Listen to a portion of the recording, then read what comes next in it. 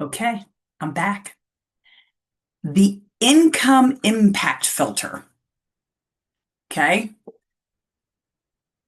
I don't know about you, but as a director, some of the stuff that I did included starting my day sometimes before I even got to the office, and even more now that we all have our emails on your phone.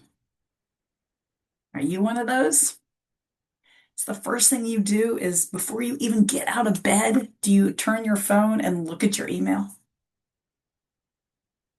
Do you respond to whatever is the newest before you even leave the house? All right. If you've opened your email, you've responded to whatever is newest, and then you check the paperwork. And then you check small corrections, and then you look at minor questions, and then next thing you know, your day has filled itself. You haven't prioritized, you're reacting. So instead, here's what I want you to do. This is going to be the beginning of getting control of your time and starting to make sure that you are the leader that the program, the parents, and your staff need.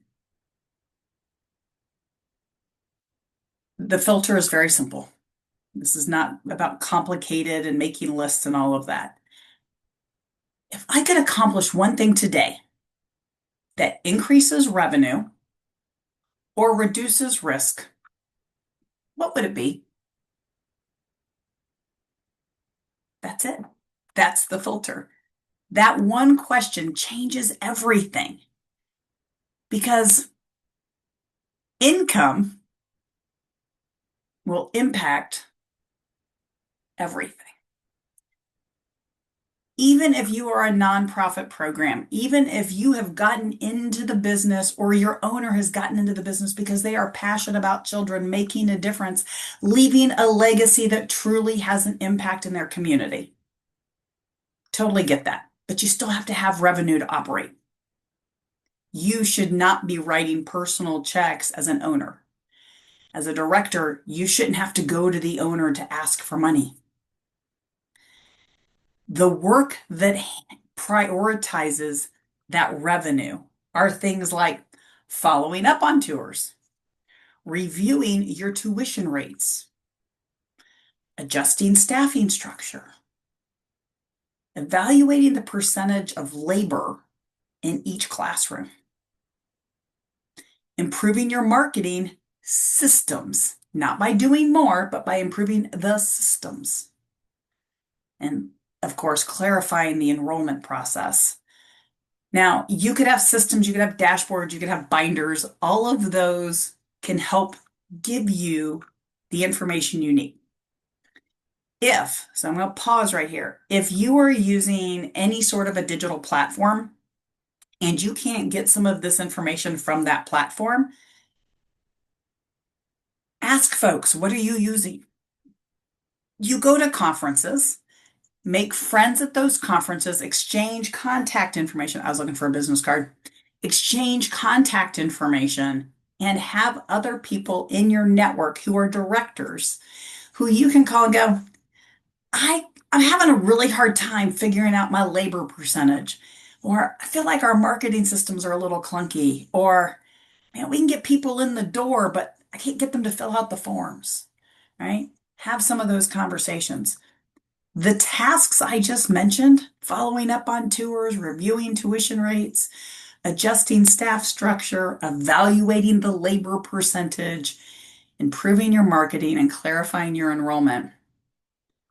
They don't usually scream, "Hi, I need you." When do they scream? When all of a sudden you're looking and you're like, wow, I feel like we didn't have the same revenue that we had last month. It's because you lost a couple of families and you didn't replace them, even though you were busy doing tours. Or maybe there was a glitch on whatever state compensation program you're with. So your Child Care Development Block Grant, which is the federal grant, each state calls it something slightly different. Maybe your part, maybe they didn't count all of the children's days. Maybe they didn't count all the children. Maybe they changed something and you missed a notice. Usually those tasks start to scream for attention when now they're urgent because, well, your budget, your checkbook is kind of showing you it's urgent. But these are also the things that differentiate between profitability, and that's not a dirty word, profitability and being able to support staff, scale staff, hire additional staff. Now, the second filter question, if you once you've mastered the first one, the second one is which tasks are going to reduce future stress? So a lot of times those are system building tasks. Clarifying and assigning things like the billing process. Who does that? When do they do it? And when do they do it by? And how is it done? Improving the scheduling systems. Does that have to be you? Can somebody else do it? What's the system? What's the SOP? But not just the SOP, but do people know how to use the SOP? Have people been trained? Do you have an assistant director and have they been trained to do everything you do? Or have all you done is give them tasks, not systems, tasks?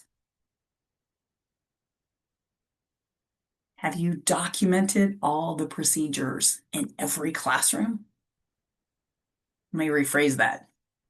Have the teachers and the other staff helped you document the process for everything in every classroom? How do we clean changing tables? How do we clean bathrooms? How do we make bleach water? All of those processes should be documented and put into appropriate systems. Because if all you do is have a bunch of loose SOPs running around and they're in binders, or maybe you have them in the cloud, but you don't have a system that goes with them, all they are is a big pile of papers, figuratively or literally, right? To reduce, to reduce your interruptions during the day, think about your income impact filter. It moves growth work to the top of the list and moves the busy work to the bottom. That's where you need to be lying every single day, is what is growth work and what is busy work. Now, you probably have a to-do list of some sort. It could be a note on your phone. It could be a handwritten yellow pad. Take a look at it right now. Look at everything on that list. And I want you to circle the task with the greatest potential income impact. Now move that to the top of your list. That is your priority today. Do it first. Before you open the email, especially if you're one of those people who are reactionary, right? You do things because it's right there. Do it before you tweak anybody's. Maybe somebody sent you a supply order and you notice they put 10, but the way you order them is by a case. And so you know you don't need 10 cases. What you really need is one case. That's an example of a minor correction. The low risk tasks, sending out some emails, could even be low risk tasks really are paying bills. Before you do any of that, do what's up at the top. If you never work on the income tasks, revenue stays flat. Revenue and profitability are not necessarily the same thing. There are programs that have a lot of revenue that still aren't very profitable. And that's because of those other pieces that we talked about, right? The understanding your ratios, understanding your staffing. Okay. As a leader, it is not about accomplishing the most tasks. It's about accomplishing the important tasks. Not everything is important. If you're a director and you have an owner, it's also important to check in, maybe a couple of times a week even, of what is important to them versus what is important to you. Because as a director, for you, staff might really be the most important. And it could be because maybe there are things related to revenue or income that you're uncomfortable with. Maybe you don't understand. Maybe you don't have that skill set. You will before the end of this class. But you need to check in with your boss. If you're the owner and the director, check in with yourself. Okay?